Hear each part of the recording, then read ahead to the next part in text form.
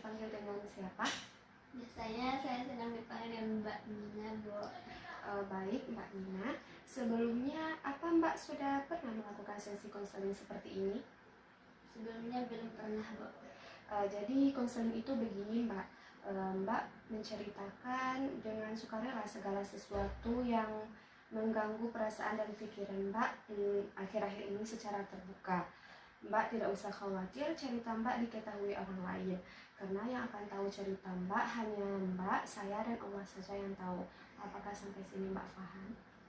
Alhamdulillah paham, Bu. Jadi apa yang mengganggu pikiran dan perasaan Mbak akhir-akhir ini? Akhir-akhir ini saya merasa terganggu di kos, Bu. Bisa Mbak menceritakan secara detail apa yang mengganggu perasaan Mbak itu? Teman saya terkadang tidak mengetahui situasi, Bu. Kadang orang itu ribut udah sampai tengah malam, terkadang nelpon terlalu keras-keras, dan bahkannya lebih parah, orang itu masang musik volumenya terlalu tinggi. Baik, jadi Mbak merasa terganggu tinggal di kos. Apa yang biasanya terjadi sehingga Mbak merasa seperti itu? Terkadang kawan kosku tuh, Bu, dia ribut sama kawannya sampai tengah larut malam. Jadi saya terganggu kadang untuk beristirahat, untuk tidur.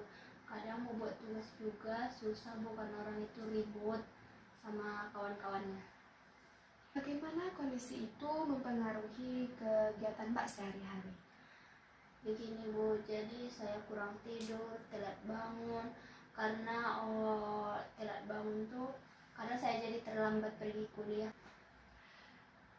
Apa yang Mbak rasakan ketika teman Mbak itu melakukan hal itu? Kadang saya marah, kadang saya sedih, tapi saya hanya bisa diam, Bu. Apakah Mbak pernah mencoba berbicara langsung dengan orang itu mengenai perasaan Mbak? Pernah, Bu, sekali, tapi reaksinya santai saja, seperti tidak peduli dengan yang lain tuh. Jika Mbak bayangkan kondisi detail seperti ini, seperti apa suasana kos yang Mbak inginkan? Saya ingin suasana kos yang lebih tenang, nyaman, dan orang-orang yang saling menghargai gitu. Jadi sejauh ini Mbak merasa terganggu karena aktivitas teman Mbak itu. Mbak sudah mencoba berbicara sekali, tetapi responnya tidak sesuai harapan Mbak. Dan Mbak menginginkan lingkungan yang lebih menghargai privasi dan ketenangan.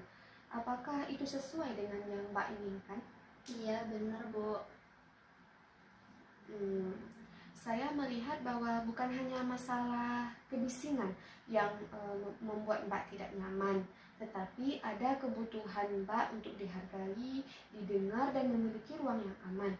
Mungkin ketika respon teman Mbak tidak menunjukkan empati, Mbak merasa seolah-olah keberadaan Mbak tidak dianggap. Apakah itu seperti itu perasaan Mbak? Iya, itu yang saya rasakan sekarang itu, Bu. Baik.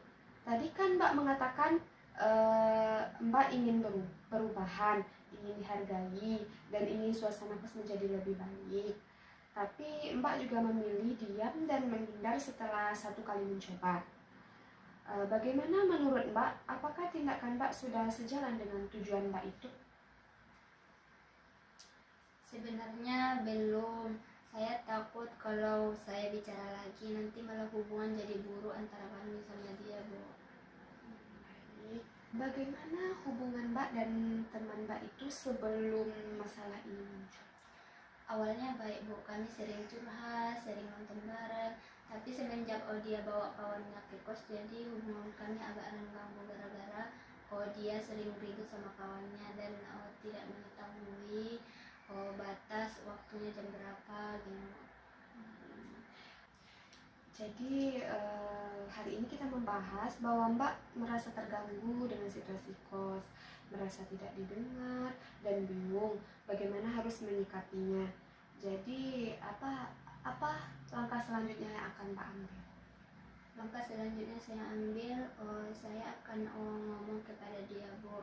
Kalau bawa kawan seharusnya tanya dulu kawan yang ini apakah disetujui tahu kalau misalnya ribut sampai jam berapa. Jadi bagaimana perasaan Mbak setelah bercerita pada sesi ini? Alhamdulillah saya merasa lega Bu. Saya tidak merasa sendiri dalam situasi ini karena ada ibu yang selalu menemani saya untuk bercerita Bu. Saya senang mendengarnya. Terus semangat ya untuk Mbak ke depannya. Terima kasih Bu. Assalamualaikum Bu. Waalaikumsalam.